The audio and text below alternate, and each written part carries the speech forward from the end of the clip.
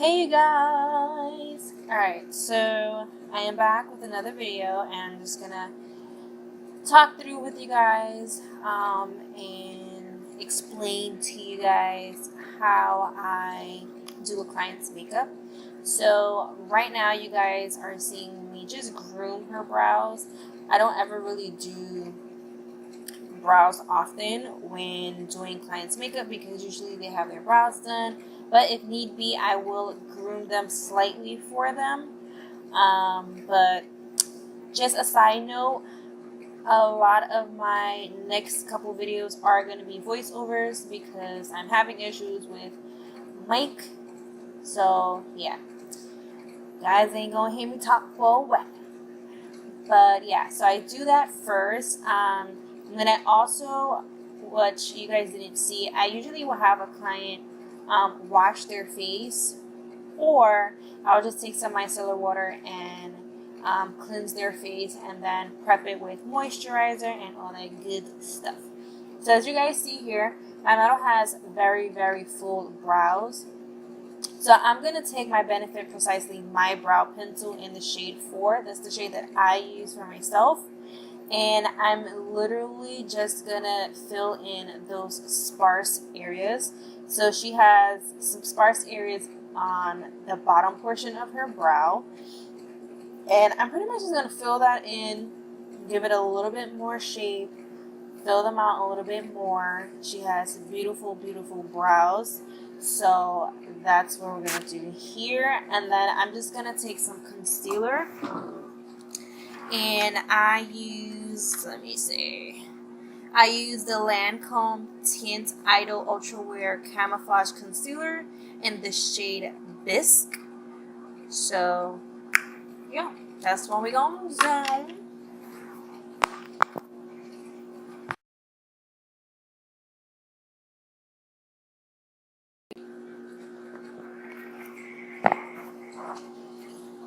Okay, so here you guys are going to see I'm going to conceal.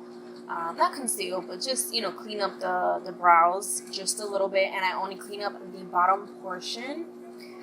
And yeah, we were having, our conversation about brows. And then I'm going to prep the lid with the P. Louise base in the shade 1. I like to use that shade because it's closest to white.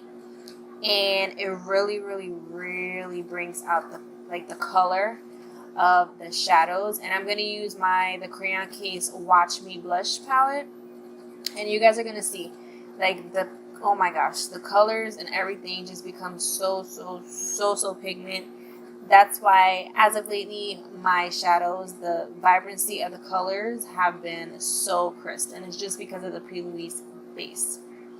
So I go and I blend out a little bit of the concealer, and then I take the P. Louise base.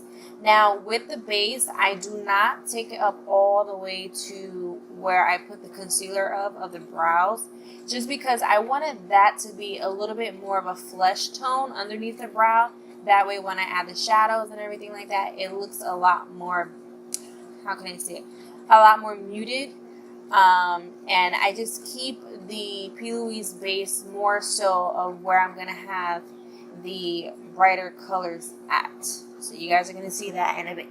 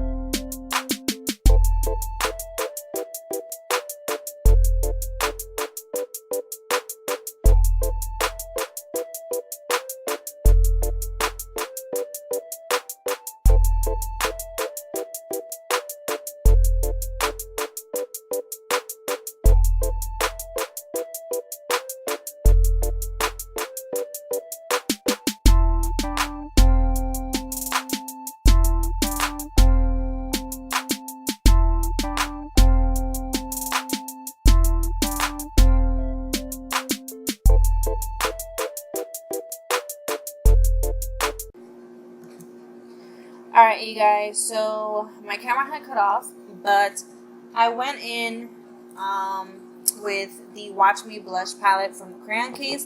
The first shade I used was Tangerine. It's the orange shade in the palette. And what I did was I packed it on first, and I packed it on right in her crease. Now, she has very hooded eyes, so in order for me to find her crease, I lift her eyebrow just slightly so I can see where that dip is in her crease. And then I go in with the shade Cobbler, which is more so of a light flesh tone tan shade that is perfect for her. And I use that to blend out the edges of Tangerine, also bringing it into the brow bone area to also give that flesh tone highlighted look.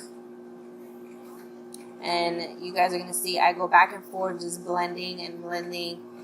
I always do this with my clients or anyone that I'm doing makeup, even myself. I go back and forth with colors because sometimes when blending, you can definitely lose the payoff of the colors. So I just go back and forth. So the next thing I'm going to do, I'm going to use the shade Hot Cocoa, beautiful chocolate brown shade.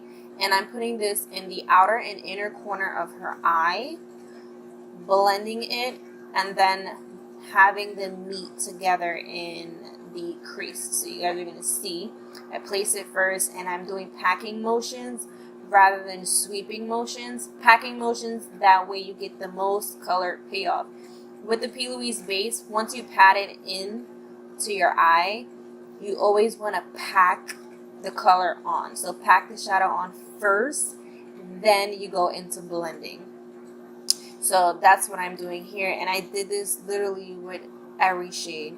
Go back and forth, packing it, then blending, going back and forth with other shades just to get the best color payout, and also to make sure everything is blended very, very seamlessly. That is the key. So we did somewhat of a spotlight halo eye.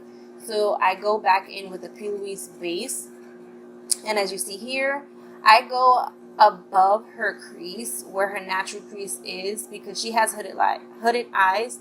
So if I was to go directly where her crease is, when she opens her eyes, you're not going to see that kind of that cut crease line that the spotlight halo gives. So I go above first, and then I bring it down.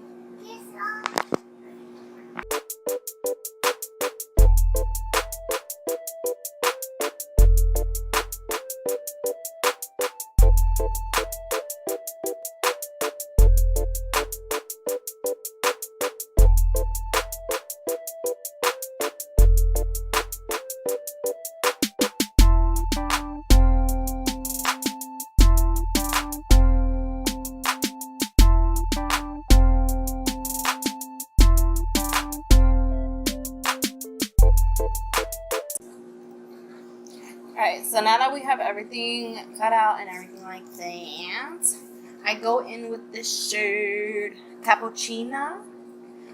It's a beautiful rose gold shade, so I put that as the main halo shade, and then I go in with the gold shade Old Banana from the palette, and I use that as the spotlight crease shade.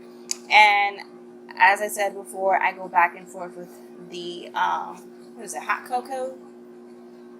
I go back and forth with Hot Cocoa and Cappuccino and make sure everything is blended how I want it to be.